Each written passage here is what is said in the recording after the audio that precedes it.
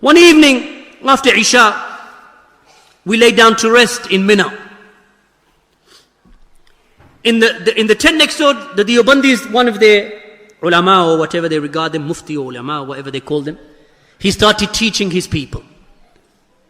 In the course of his teaching, he said, now I will read to you, or I will recite to you some words that I learned from my sheikh, who learned from his sheikh.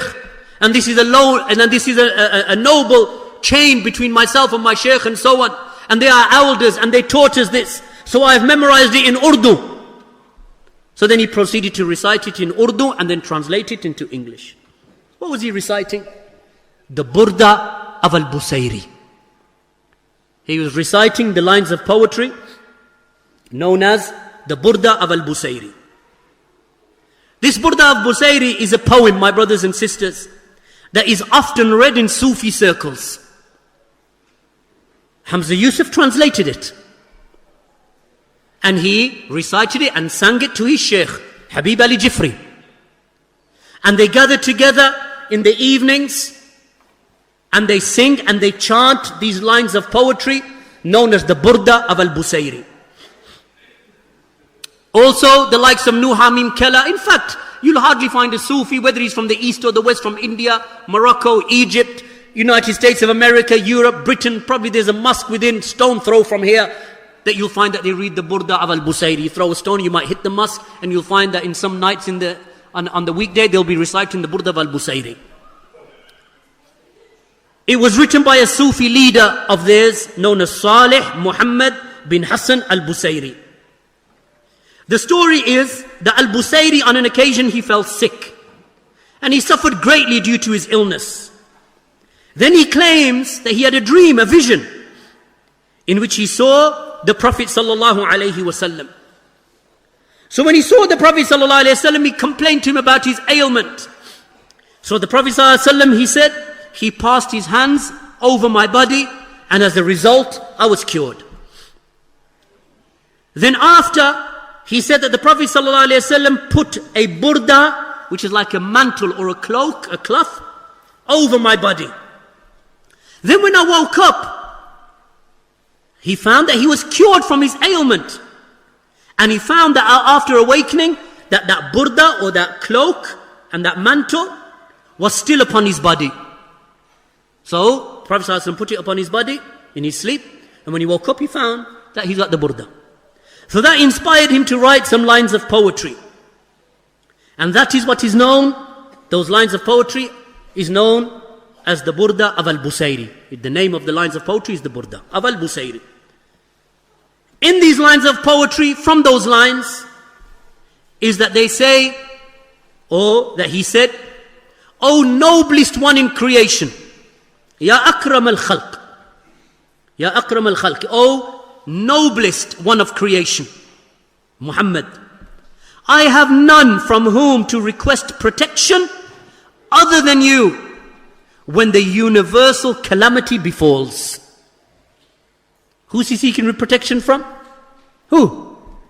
Muhammad sallallahu alayhi wasallam. Reflect upon what these people are doing. He's at Hajj, this man. He's reciting the talbiyah. لبيك اللهم لبيك لبيك لا شريك لك لبيك. Look what he's reciting. Oh Allah, here at your service. Oh Allah, here at your service. Oh Allah, you have no partner. There is no partner for you, oh Allah. This is the talbiyah of Hajj. And then in the evening he's reciting this burdah. Oh noblest one in creation, Muhammad, I have no one. And then he's reading it and then he's translating it back from Arabic into Urdu, from Urdu into English. Abu Hakim was next to my Najm. I said, look what he's reciting. He said, tomorrow we will have to deal with him. So the next day, we continued with more and more tawheed. And many of the people from that tent came to our tent, walillahi alhamd. Because they were convinced, because they could hear these people are talking Quran, Sunnah. They're not reciting poetry and songs to us that have no basis in Quran and Sunnah. So they would come and they would listen. This is the power of Tawheed. Shaykh Sulaiman bin Muhammad bin Abdul Wahhab rahimahullah, he mentions in Taysir al-Aziz al-Hamid, in the explanation of Kitab al-Tawheed, he said, so reflect upon these words of al-busayri in this line of poetry of shirk, of polytheism. From that is his negation that there is any protector for him when the events occur, meaning the calamities occur to him, except the Prophet ﷺ. He said that there is no protector. I have none to whom to request protection except other than you, O Muhammad. So Shaykh Sulaiman bin Muhammad rahimahullah, he said, for this, what he has said, but this is for no one except Allah alone, without any partners. But he has made it for Muhammad sallallahu alayhi wasallam alone, without anyone else. For Allah is the one besides whom there is no protector. Furthermore, al-busayri supplicates to the Prophet sallallahu alayhi wasallam and called out to him with humility and manifesting his indigence, his lowliness, and his compulsory need of Muhammad sallallahu alayhi wasallam. And then he asks him for these needs which are not sought from anyone except for Allah.